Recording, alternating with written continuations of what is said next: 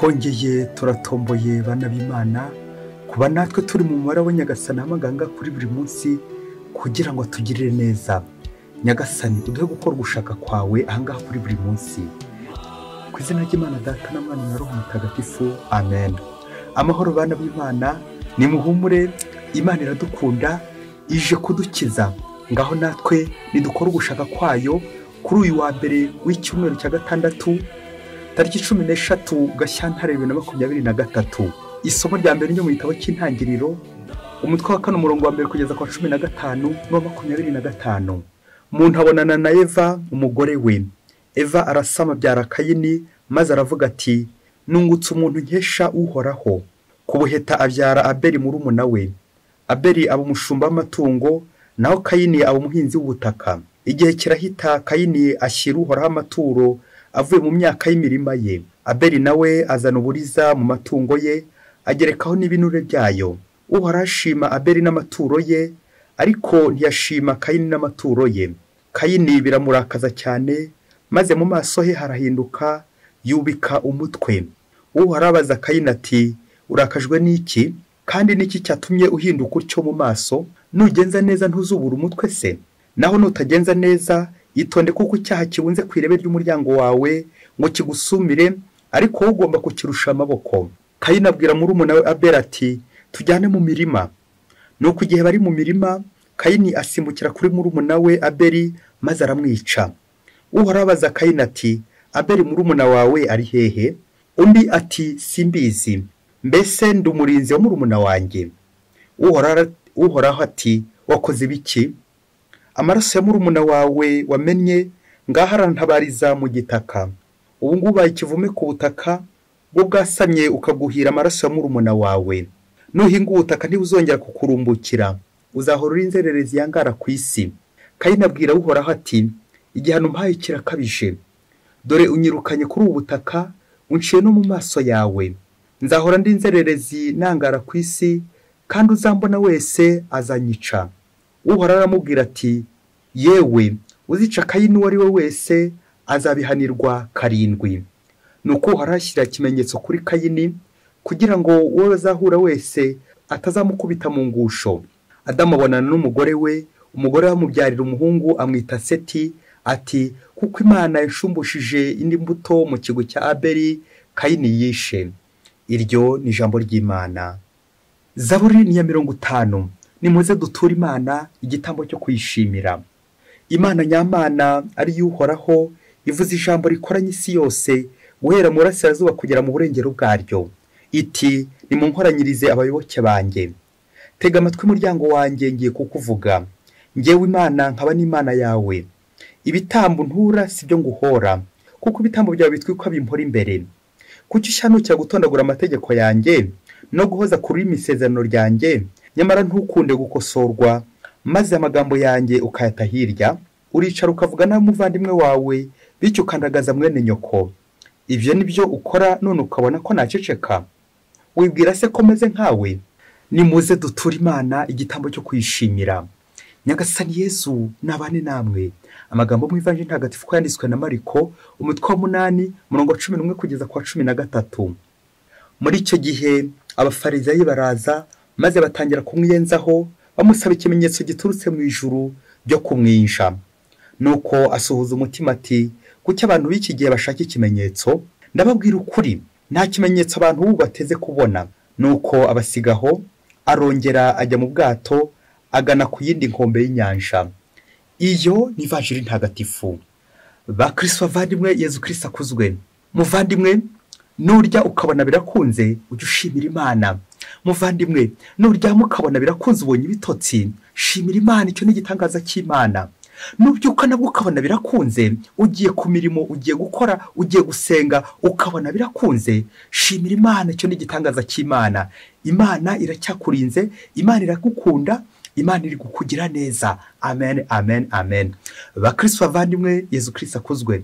Yezu Kristo aje gutugera neza, Yezu Kristo aje kudukiza, ariko twebwe akenshi ntitumubona, akenshi ntitubona ibimenyetso duhereza, akenshi ntabwo tumwitaho.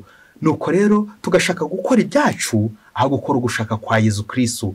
tugashaka gukora ibihuje n'ibyifuzo byacu, ibyifuzo by'umubiri, aho gukora ibyo nyagasani ashaka. Uyu munsi rero amasomo y'uyu munsi aradusaba gukora ugushaka kw'Imana mu ngingo remezo tujya kuzirikana igira iti kwirinda kwiyenza ku Mana. Icyo cyaha turaza kucyita gukora Imana mu jisho, ari nabyo gushotora Imana. Uyu munsi nanjye nze kuva aha ngaha kuri buri munsi namenye koko uburyo nakora ugushaka kw'Imana nirinda kwiyenza, bityo ubuzima bwanjye bwose bukaba ari ubwo kurangamira Imana. Itegeko rya 4 mu mategeko y'Imana ritwigisha kumvira ababyeyi. Urajye wubaha so na nyoko, urajye wubaha ababyeyi bawe. Bakristo bavandimwe, iyo urenze ku mategeko y'umubyeyi birangira nyine ubayeho nabi. Nirinze kuvuga gupfa akabya bindi ngo usuzugura umushumba ugapfana ubworo. Nawe mukristo muvandimwe uragowe niba koko urenga ku amategeko y'Imana, niba urenga ku mabwiriza y'Imana. Nirinze kuvuga ko uzapfana ubworo, ariko reka ngusabe ikintu kimwe: irinde kwiyenza, irinde gushotora Imana, irinde gukora Imana mu jisho. Amasomo y'uyu munsi rero nahagiye gutuganisha, bityo ndushe kunogera Imana, kugororokera Imana mu buzima bwa buri munsi. Nirinde kungikanya ibyaha, kuko icyaha cyose kirica. Ushobora kudapfa ibyo ku mubiri, ariko kuri roho wageze ute? Wapfuye. Mu isomo rya mbere turumva ingaruka z'icyaha cy'inkomoko. Icyaha cy'inkomoko gishingiye ku gusuzugura amategeko y'Imana, gusuzugura amabwiriza y'Imana, kurenga ku mategeko y'Imana. Icyo cyaha rero kiza kuri ingaruka nyinshi cyane, ariko uyu munsi twatangiye tubona icyaha bita kwica. Ingaruka z'icyaha cy'inkomoko: Kayini yisha Abeli, l'homicide, fratricide, kwica umuvandimwe wawe, kwica umuvandimwe kandi nawe uri mu ishusho y'Imana. Tukazirikana ukuntu umuntu wese ari mu ishusho y'Imana. Uzacunye nubwo tuvuga ishusho, ngo hari igihugu kimwe cyo hirya kure cyane muri Afurika, ngo umuntu umwe yigeze ashwanyura ifoto ya perezida w'icyo gihugu. Nuko rero muzi uko bamugenjereje.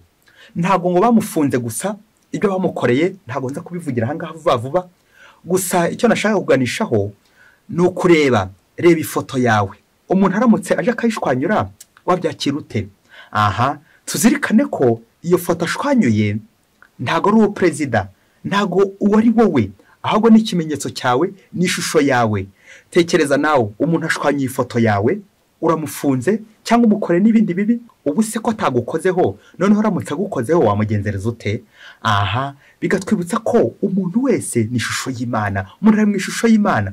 Ubundi nawe Imana akagombye kuguhombora igihe uramutse ugiriye mugenzi wawe nabi, igihe uramutse wishe mugenzi wawe, kuko umuntu ari mu ishusho y'Imana. Iyo ni ishusho y'Imana, nawe Imana yakakugenjereje ute? Yagombye nawe ukwica. Ariko erezoma Imana yacu ni nyampuhwe, itugira neza. Na ba Kayini ntabwo ibica, ikomeza no kubashingira igiti. Ubwo nibwo buhangange bw'Imana. Iyo wishe mugenzi wawe, tuzirikana ko Imana itaduha igihano. Iyo umaze kwica mugenzi wawe, ntabwo Imana iguha nawe igihano cy'urupfu, ahubwo nayo ngiye kuvuga itangaza n'imikwabu n'amategeko yo gukurengera ndetse no gukurinda, nk'uko bitangarije Kayini muri iri somo. Ntihazagira umuntu ukora kuri Kayini. Aha, bigatwibutsa mutegetsi, muyobozi, nubwo umuntu yakora bwahe nabi, akarenga ku mategeko akagira nabi, iyo tuvuganishe n'umuntu, ntabwo igihano ari ukwica. Kwica umuntu ni icyaha kibi cyane, kwica umuntu wihorera ni icyaha kibi cyane. Rero kwihorera ngo yishe reka natwe tumwice, ubwo ni ubugome ndengakamere. Imana ntabwo yigeze ibyemera, kuko Imana nta na rimwe Imana itangiye igihano cyo gupfa. Rero bihugu mwese, bantu mwese mwemeje icyaha cyo kwica abandi, muramenye muri gukora Imana mu jisho. Na Kayini n'ubukayini bwe, Imana ntiyigeze imurekura ngo bamwice, yakomeje gutangaza amategeko yo kumurengera. Nguko abakristo bavandimwe, natwe Imana niyo twakora nabi ntabwo iduha igihano cyo gupfa, ahubwo ikomeza gushakisha uburyo bwose yaturengera, kugira ngo bigende gute? Kugira ngo twigorore nayo, twicuze, duhinduke. Nuko Kayini nyine agahinduka. Rero nawe mukristo umuvandimwe, umva, ntabwo nza kwibanda ku cyaha Kayini yakoze cyo kwica murumuna we, ahubwo ndibanda cyane ku mbabazi z'Imana. Imana yongera. Icyaha gifatanya n'imbabazi z'Imana. Iyo umuntu akoze icyaha, Imana buri gihe ibiri hafi ye, kabone ubwo yaba yamuburiye. Tuzirikana uburyo Kayini Imana yari yamuburiye. Itonde ko icyaha kiri kurebe ry'umuryango wawe ngo kigusumire, ariko ugomba kukirusha amaboko. Amen. Nkazirikana ko Imana itajya intererana nubwo nakora nabi. Imana buri gihe iba yamburiye. Kuburirwa n'Imana. Umuntu afite ubwenge afite ubushishozi, afite umutimanama. Aho ngaho nyine Imana duhurira n'Imana kugira ngo imburire. Ni kangahe mburirwa n'Imana ariko ngewe nkarenga ku mategeko y'Imana, akamvuga igira iti amatwi arimo urupfu ngo ntiyumva. Uyu munsi turumva abantu baburirwa ariko ntibabyemere. Ku gatandatu washize nibwo twumvaga Yesu Kristo akora igitangaza, agatubura imigati, agakora igitangaza kugira ngo abantu bahajye bamererwe neza. Ariko turaza kumva indashima, turaza kumva abamunnyega bamupinga, barwiyenzo, abantu biyenza ku Mana, abantu bashotora Imana, ari bo bafarisayo ndetse n'abigisha amategeko basaba ikindi kimenyetso. Uko si ukwenza ku Mana abakristo bavandimwe, ngo bamusaba ikimenyetso giturutse mu ijuru byo kumwisha. Amen. Ese ngewe ni kangahe Yesu Kristo ankorera ibitangaza ariko ngakomeza kugenda ngira gute? Ngakomeza kugenda mwinsha mushotora. Nanjye igihe cyose Nyagasana ngiriye neza ariko simbona iyo neza ye, nanjye mba ndi kumwisha. Igihe cyose ndi gushotora umuvandimwe, nanjye mba ndi kumwisha. Igihe cyose nacuze imigambi mibisha ngiye kugira umuvandimwe nabi, mba ndi kumwisha ngaho umuntu uri mu ishusho y'Imana. Kandi kuko Imana nta kiba yatakoze kugira ngo imburire. Igihe Imana ishyize umuvandimwe wanjye iruhande, ni ukugira ngo mwiteho, muhe icyo kurya, ni ukugira ngo mugaburire, ni ukugira ngo mugire neza. None ngewe icyanjye ncunga Imana igiye nkagira gute? Ngakora nabi, ngahemukira umuvandimwe wanjye, nkamushotora nkamugambanira, bya bikorwa by'umwijima, ngo kubera ko nta unduzi. Nyamara Imana yo irakuruzi. Ndaho Imana itareba, Imana ireba kure. Nibwo Yesu Kristo natwe atubwira ati nta kimenyetso cy'uwo abantu bateze kubona. Abantu bubu ni bande? Abantu bubu ni babandi banangiye, ni babandi bareba Imana ariko ntibabone, ni babandi babona nkaho Imana idahari, bagatangira bagakora ibindi byinshi cyane bibi. Yavuga igira iti l'autorité n'est jamais absente. Umuyobozi nta na rimwe asiba, nta na rimwe akerererwa. N'Imana ntitukagire ngo yabuze, n'Imana ntitukagire ngo yakererewe, ahubwo ibiri hafi yacu itegereje ko twisubiraho. Twebwe cyacu tuyireba ku jisho, tugashaka no kwireba mu jisho, kuyikoramo bitabuze, bikarangira turi kujya bagenzi bacu nabi, ngo kubera ko nta muntu tureba. Imana ireba hose, nta na kamwe kayisoba. Na niyo mpamvu Yesu natwe azadusiga aho ngaho nyine akikomereza ahandi, kuko twanze kumwakira, twanze kwemera ibyo aduhereza, twanze kwemera ibitangaza bye. Amasomo arimo inyigisho zihambaye cyane kandi zikomeye kandi ziza.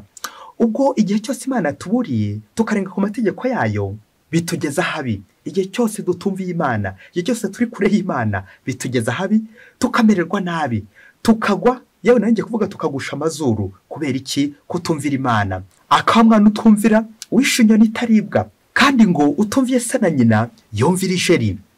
Ngo umunsi umwe umugabo wari mwiza, ngo yaratunze utu tunyamaswa ngiye kuvuga twitondere, ngo yaratunze imbeba, ngo cyangwa mu kabana ngo ni imbeba. Nuko ngo imbeba nawe ziramukunda rwose, akazigaburira, akazitaho, ubundi barabana koko, babana neza. Ngo muri uko kagaburira imbeba ze, azitaho rwose, akajya ajya ku isoko, akajya kuzihahira, ubundi akagaruka akazigaburira. Imbeba zimererwa neza, zirashisha. Ngo zari imbeba zigera mu 10. Ngo ariko munsi yo nzu bishoboke ko hari ibindi byari bihari, ibindi bikorwa bye byari bihari, ku buryo imbeba zitamenyeye ibyo ari byo. Nuko umunsi umwe imbeba zashaka kujya munsi, muri ya nzu iba munsi, wa mugabo akazizitira. Nuko ngo aza kuziha itegeko, arazibwira ati muramenye. Ubanza yaravuze ati muramenye bana banjye, muramenye ntihazagire n'umwe ujya munsi ahangaha, ntihazagire n'umwe urenga ahangaha iyi bariyeri. Nuko imbeba koko zikamwumvira, nazo ntiziharege hahandi. Nuko akazigaburira, akazizanira ibiryo, zikarira aho ngaho hamwe nawe nyine, zikabana nawe neza. Zaryaga inyama, zikarya injanga, akazigaburira neza rwose, ibiryo byiza biryoshye cyane. Rero akazibuza ati nyaboneka ntihazagire n'umwe ujya munsi ahangaha, bityo muzigumira aha hejuru, muhabe neza, niho nzajya mbahera ibiryo, ubundi dusangire tubane neza. Nuko imbeba nyine ziramwumvira, ziba aho ngaho hejuru hamwe nawe. Nuko umunsi umwe nyine shebuja aza kujya guhaha, aratinda. Shebuja uko yajyaga guhaha, yazana igaburo, akarigaburamo kabiri, igice kimwe akagiterera munsi, ikindi gice nyine akaba ari ikizo mbeba nyine ziza gusangira, ziza kurya.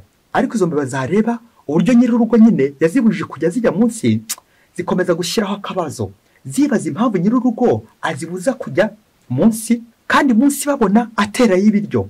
Nuko ngo umunsi umwe shebuja yagiye guhaha, n'ubundi uwo muntu yagiye guhaha, ubanza arakomeje gutekereza iti kuki nyir'urugo afata ibiryo akabyinjiza munsi kandi agatubuza kujyayo? Kuki ibiryo byacu abifata akabimanura munsi? Atangiye zitekereza iti ntawamenye ikiri hariya. igisigaye no kujya kureba ahantu igaburo ryacu arishyira, tukabona 1/2 agishyize munsi. Ni ukubera iyihe mpamvu? Nuko umunsi umwe nyine shebuja adahari, ngo imbeba imwe iza kwibwiriza iramanuka muri kakobo, ariko shebuja nyine yanyuzagamo ibiryo, nuko iramanuka ngo igiye kureba, ngo igiye kunyinyuza irebe aho bya biryo bindi bijya. Nuko iramanuka igezeyo nyine igumayo. Imaze kugumayo, bene wawe za mbeba nazikomeza zitekereza ziti, kuki mwene wacu yagumye hariya ntagaruke? Aha, bishoke ko ari uri kurya bya biryo, ari gusangira n'abandi bya biryo. Indi mbeba nayo ibimanukiyemo, igiye kureba aho nyiri urugo abika bya biryo bindi amanurira hariya uko bagenda bamureba. Nuko indi mbeba nayo igumayo ntiyagaruka. Indi mbeba ya gatatu nayo iravuga iti, kuki tubona nyiri urugo amanurira ibiryo hariya, kandi koko tubonye yatinze, bishoke ko n'ibindi byose ahubwo ariho yabinyurije, reka nanjye manuke ndebe uko bimeze. Nayo iramanuka. N'iya kane iramanuka, n'iya gatanu iramanuka, n'iya gatandatu iramanuka, kugeza za mbeba zose 10 zose zimanutse, zose ziri kujya kureba, bishoke ko zazi zifite umurumba zijya kureba aho bagenzi babo bari, niba batabacuze. Zose za mbeba zishira muri wa mwobo ziramanuka. Nuko ntihajya nimwe yongera kugaruka. Byumvikana ubwo nyiri urugo yaraje asanga za mbeba zose zashiriye mu mwobo, bishoke ko yatangiye nyine kurira, atangira yibaza uburyo kuko zarenze ku mategeko yari yarazihaye. Ba Kristo bavandimwe, aha umwitozo ukagira uti, ninde wafora akanyamaswa kari kari munsi ya yanzu? Wa mugabo yari yarabujije za mbeba kutazigera zijya munsi. Bamwe bati ni injangwe kuko ari ikunda imbeba. Aha, inyamaswa yari iri munsi ya yanzu ngo yari inzoka. Inzoka ba Kristo bavandimwe. Bamwe bakibaza bati, kuki nyiri urugo yoroye inzoka akorora n'imbebe icyarimwe, kandi inzoka irya imbeba n'ubundi? Ese nyiri urugo we ntago ashobora gutinya ko inzoka izamuruma? Ese nyiri urugo we kuki koko yemera korora inyamaswa y'ubumara nkiriya, akorona za mbeba, kandi abizi neza ko izo nzoka zifite ubumara zizajya za mbeba? Ba Kristo bavandimwe, uyu mugani w'izi mbeba n'uyu muntu uzoroye urimo amasomo menshi, ariko reka dukuremo 5 y'ingenzi. Isomo rya mbere nuko uyu muntu ubana n'imbeba ndetse akamenya no kubana n'inzoka, inzoka iri munsi ye, akagaburira imbeba ukwazo hejuru zikabana nawe, ya nzoka nayo iri munsi ye nakamenya uburyo yitwara. Irashushanya umuntu muzima ushobora kubana n'abantu babi. Ya nzoka iri munsi ye akabana n'abantu beza, reka tuvuge utwo tubeba, kabane n'ubwo twiba tureba ku jisho. Uyu muntu aragashushanyiriza Imana yita ku babi ndetse no kubeza, abicanyi ndetse n'abagira neza. Bose Imana ibitaho, nta n'umwe Imana ititaho, bose bitaho. Na Kayini mwitaho kimwe nuko yita kuri Abeli, bose bitaho. Uwo muntu worora inzoka akorora ndetse n'imbeba, bikatwibutsa nyine ubwo bugwa neza, kwita ku babi ndetse no kubeza, kuko abantu bose bari mu ishusho y'Imana. Icya kabiri umugani watuganishaho no kuburirwa. Nta muntu ucumura Imana itamuburiye. Na Kayini Imana yaramuburiye. Umuntu aba yarahawe ibimenyetso byinshi cyane bimuburira. Nta na Imana idashyira ku nzira ibimenyetso bituburira, ariko icyacu ntago tuyumvira. Umwana utumvira se na nyina yumvira ijeri.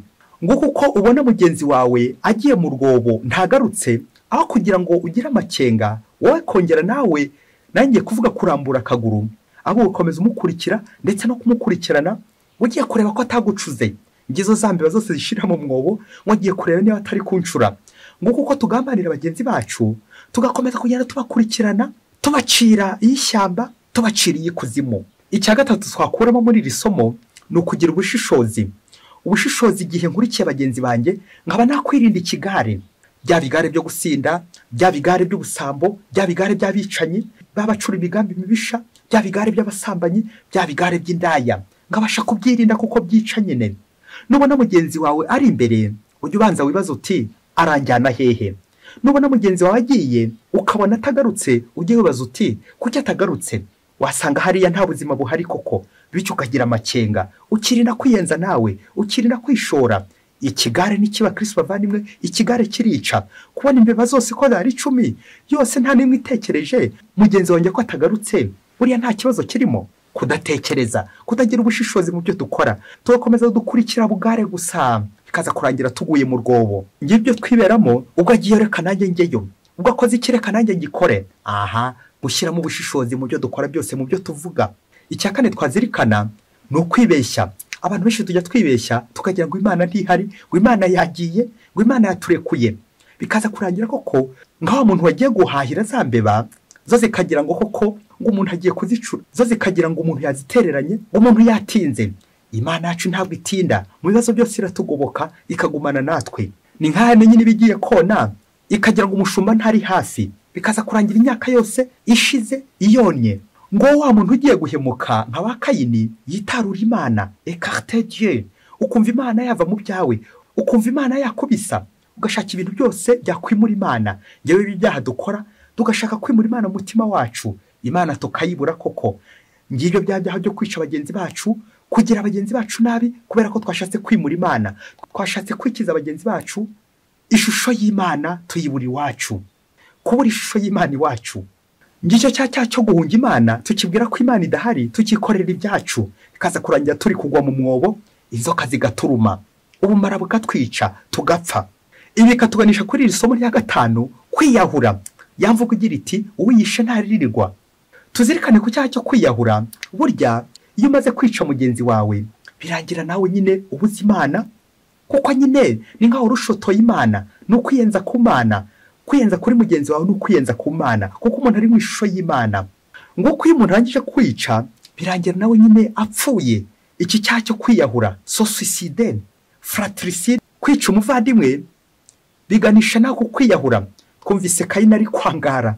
Uko kwangara rero kuba inzererezi nta kindi bituganishaho usibye natwe kubura Imana mu buzima bwacu, kuba inzererezi, kwishora mu byaha, gukomeza gukora ibyaha bigenda bitwica, anako natwe turi kwiyica. Kwiyahura, kwica abandi bikaza kurangira nawe uri kwiyica.